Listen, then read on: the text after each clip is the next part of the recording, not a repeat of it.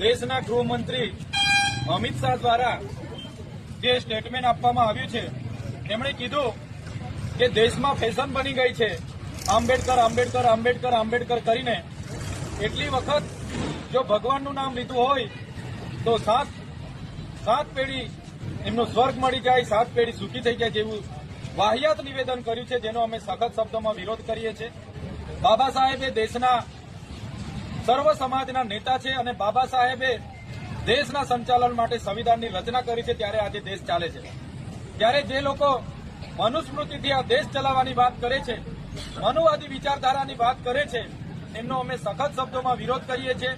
દેશના ગૃહમંત્રી અમિત શાહ પોતાની માફી માંગે, દેશ સામે પોતે માફી માંગે અને પોતે રાજીનામું આપે એવી અમે માંગ કરીએ છીએ। સાથે સાથે આવનારા દિવસોમાં ગુજરાત સહિત સમગ્ર આદિવાસી વિસ્તાર અંબાજીથી ઉમરગામ સુધી